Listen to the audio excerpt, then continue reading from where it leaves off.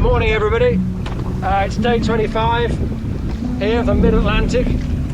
I've done about 900 miles, I think, 900 nautical miles, which is about 1,000 land miles, so another 2,000 land miles to go. So I'm a third of the way there, which will take me on schedule to be there, hopefully Antigua, by middle to end of March.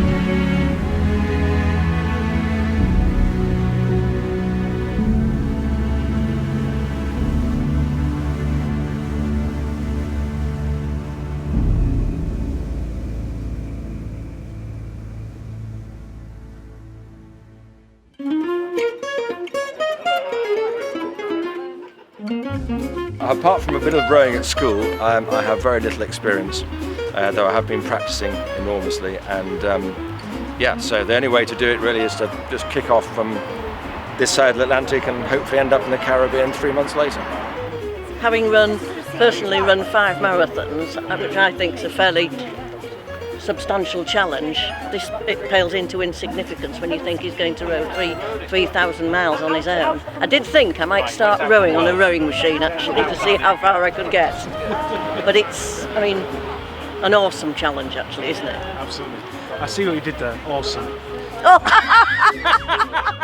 Well, Tina and Tony here at C.R.Y's have been great family friends, and we've known them for a very long time, and they've known our family and indeed my daughters, and particularly Amy, going back. And so the support of Tony and Tina being such a fantastic supporters of Beverley and the local area here is fantastic, not just as family friends but as stalwarts of the Beverley community, and it means very much to our family and to the cause and cardiac risk in the young, the support they've given.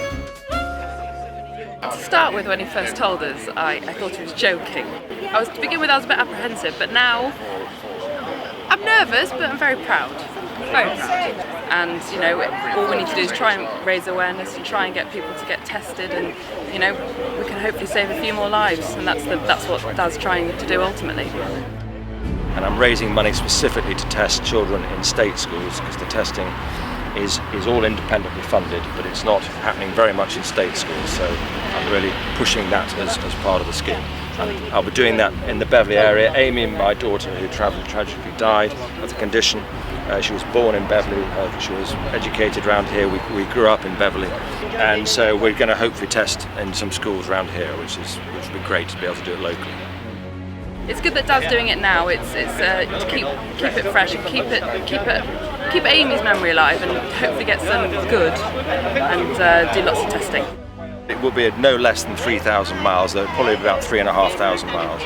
It will take, as I say, somewhere between 80, 90, 100 days, depending on what storms on what wind conditions I get out there. It'll be about 1.5 million strokes of the oars.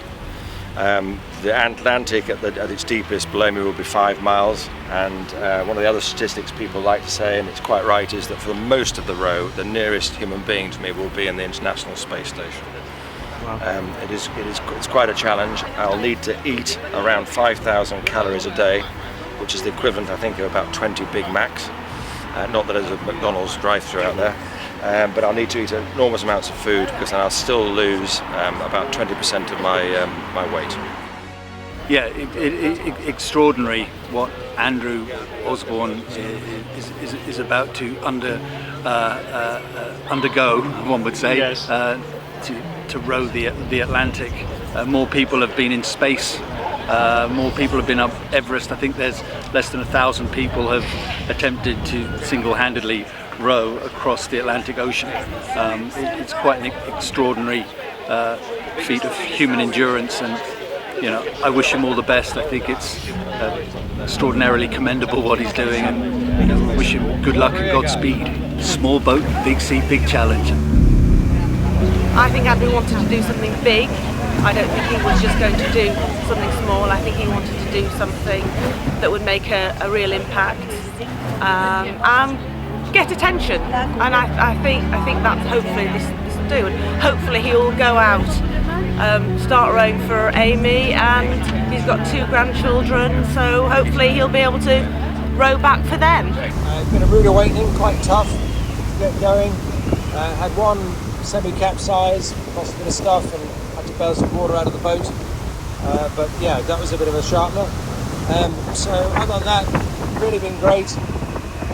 We're well on our way. I've got to get south now and then westwards.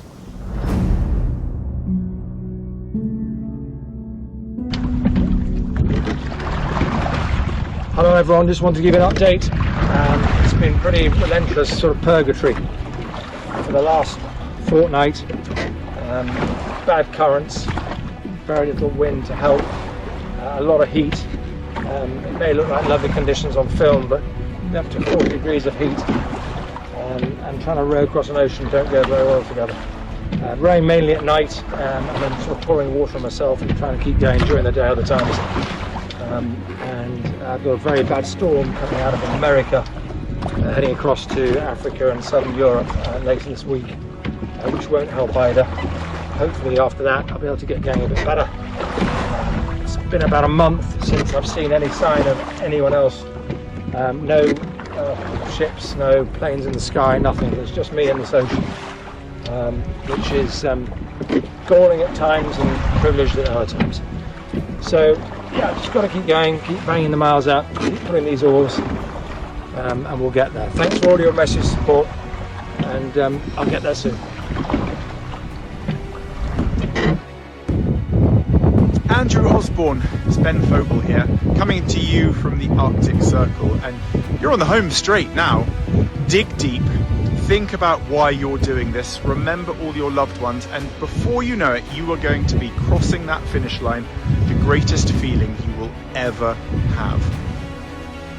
Hi there Andrew, my name is James Cracknell. I don't know you, we haven't met, but I do actually feel I know you a little bit because you're going through what I went through over a decade ago, and it may or may not be good news, but I can still remember every bit of it, especially the last couple 100 miles, which seemed to take the longest of any of the 3,000 miles you've done. And I know you haven't had the best luck with wind, but when Antigua lights, you see them, they get closer, you make out the island, the beach, the family there, that'll be the most amazing feeling. So well done, keep going. One stroke you do, is you don't have to do it again. So one, clock them off, and you'll eventually get there. So well done, and hope to bump into you sometime on dry land when you can stand up. Cheers, Andrew. Take care. Bye.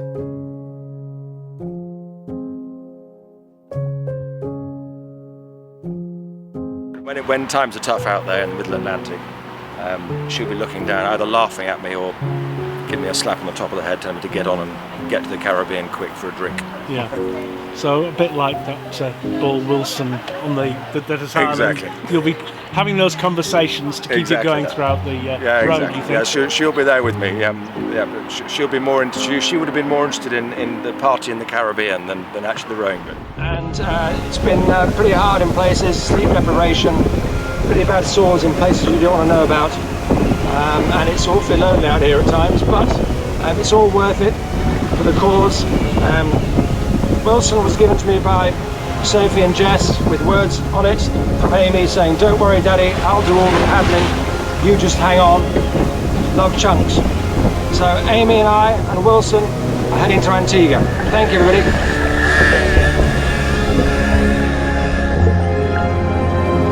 I think it'll be an achievement, and you know, following his achievement, hopefully we can keep raising awareness and keep Amy's memory going.